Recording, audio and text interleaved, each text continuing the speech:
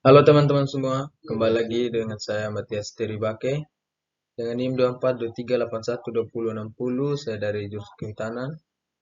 Pada kesempatan ini saya akan membahas sedikit tentang perencanaan hutan, yaitu dengan judul analisis penata gunaan kawasan hutan dengan studi kasus Kabupaten X Provinsi Nusa Kalimantan Timur. Baik, kita langsung saja ke slide yang pertama. Baik, pada slide pertama ini ada distribusi fungsi hutan Kabupaten X. Itu hutan Kabupaten X memiliki total luas kawasan hutan sebesar 500.000 hektar yang terbagi ke dalam 4 fungsi utama. Namun terdapat permasalahan krusial pada tiap kategori, yaitu yang pertama ada hutan lindung dengan luas 150.000 hektar. Kondisi saat ini yaitu kerusakan akibat pertambangan tanpa izin atau PT. Yang kedua ada hutan produksi terbatas atau HPT dengan luas 100.000 hektar, kondisi relatif stabil. Yang ketiga ada hutan produksi atau HP dengan luas 200.000 hektar, kondisi saat ini yaitu 30% beralih fungsi menjadi perkebunan sawit ilegal. Ada juga hutan produksi konversi atau HPK dengan luas 50.000 hektar, kondisi saat ini yaitu usul pelepasan 20.000 hektar untuk infrastruktur. Pada slide ketiga ada peringatan deforestasi kritis. Itu deforestasi ilegal pada hutan Kabupaten X seluas 60.000 hektar. Pada hutan produksi merupakan indikator krisis manajemen. Ada juga ancaman nyata. Itu terdapat konversi 30% dari total hutan produksi menjadi kebun sawit ilegal. Hal ini mengindikasikan yang pertama ada lemahnya sistem pengawasan wilayah, yang kedua tekanan ekonomi yang mengalahkan regulasi, dan yang ketiga ada degradasi fungsi lindung yang masif. Pada slide keempat ini ada langkah-langkah revisi fungsi. Ada langkah yang pertama yaitu inventarisasi. Dengan inventarisasi kita bisa membuat verifikasi lapangan atau IPSDH dengan teknologi penginderaan jauh. Yang kedua ada tim terpadu, kajian teknis oleh KLHK, akademisi, dan pakar lingkungan. Yang ketiga ada penyesuaian susulan dengan rencana tata ruang wilayah provinsi atau RTRWP dan RTRWK secara terpadu. Yang keempat ada konsultasi, yaitu pelibatan masyarakat lokal untuk memitigasi konflik tenurian. Pada slide 5 ada verifikasi dan pengawasan berbasis data, yaitu menggunakan teknologi IPSDH. Dengan adanya implementasi teknologi IPSDH dan data satelit terbaru sangat krusial dalam perencanaan ini. Teknologi ini memungkinkan kita dapat memastikan yang pertama batas wilayah yang akurat, kedua kondisi tutupan lahan real atau land cover, dan bukti autentik degradasi hutan untuk penegakan hukum.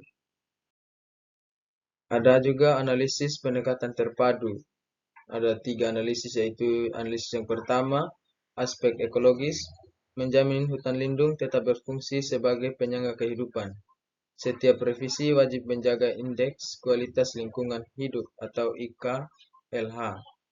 Yang kedua ada aspek ekonomis, komparasi nilai manfaat ekonomi jangka panjang atau karbon dan non-kayu dengan manfaat instan atau jalan atau pemukiman. Yang ketiga ada aspek sosial, yaitu pertimbangan historis masyarakat, mengendapkan skema perhutanan sosial bagi sawit rakyat daripada pendekatan preventif murni. Pada slide ini kita membahas tentang konsekuensi pelepasan hutan.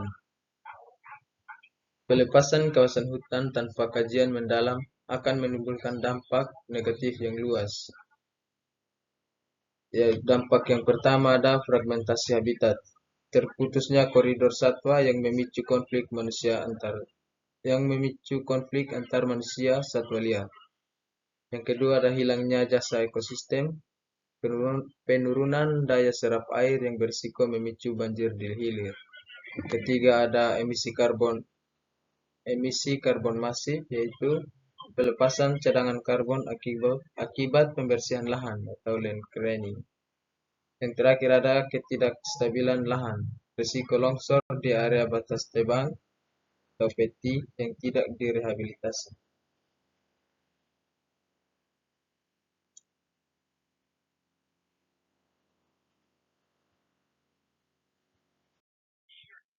Oke, pada slide ini kita bisa lihat proporsi pada hutan Kabupaten X yang terdapat di Kalimantan Timur. Itu ada 4 pembagian, yaitu pembagian atau perbandingan luas wilayah hutan berdasarkan fungsi-fungsinya seperti hutan lindung atau hutan produksi, sesuai dengan kondisi nyata yang ditemukan di lapangan pada saat ini. Yaitu yang pertama ada hutan lindung 30%, hutan produksi konversi 10%, hutan produksi 40%, dan hutan produksi terbatas ada 20%. Pada slide ini ada solusi sawit ilegal atau skema jangka benar. Penyelesaian permasalahan kebun sawit ilegal di hutan produksi diarahkan melalui skema jangka benar yang merujuk pada Undang-Undang Cipta Kerja. Skema ini mencakup ada 3 poin, yaitu yang pertama pelepasan kawasan untuk korporasi yang memenuhi syarat atau berizin. Yang kedua, mengalihkan ke perhutanan sosial untuk masyarakat, dan yang ketiga adalah dengan kewajiban rehabilitasi hutan secara berkala. Pada slide ini ada strategi pemulihan ekosistem.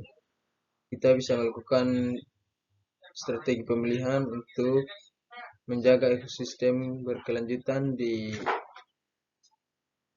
hutan Kabupaten X, yaitu dengan melakukan reklamasi wajib pada area bekas pertambangan tanpa izin, memperkuat penegakan hukum melalui patroli rutin berbasis masyarakat, serta menerapkan kebijakan no net loss atau melakukan tukar-menukar kawasan untuk area lepas.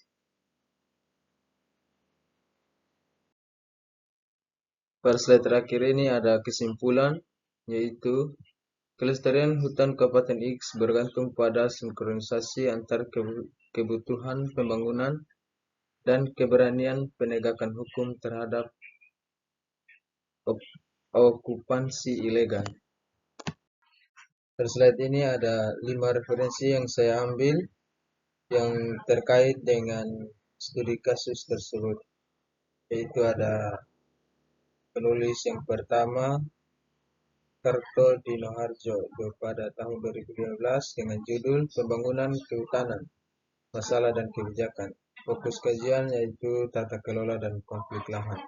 Kedua ada Margono et al. 2014 dengan judul Primarity Forest Loss in Indonesia. Fokus kajian yaitu degradasi hutan Kalimantan. Yang ketiga ada Prasetyo et al. 2016 dengan judul Deforestasi Kalimantan Timur. Fokus kajian yaitu faktor pendorong konversi sawit. Berikut ada Abbott et al. 2015 dengan judul Relative Contributions to Forest Loss. Yang fokus kajian yaitu sektor tambang dan kelapa sawit.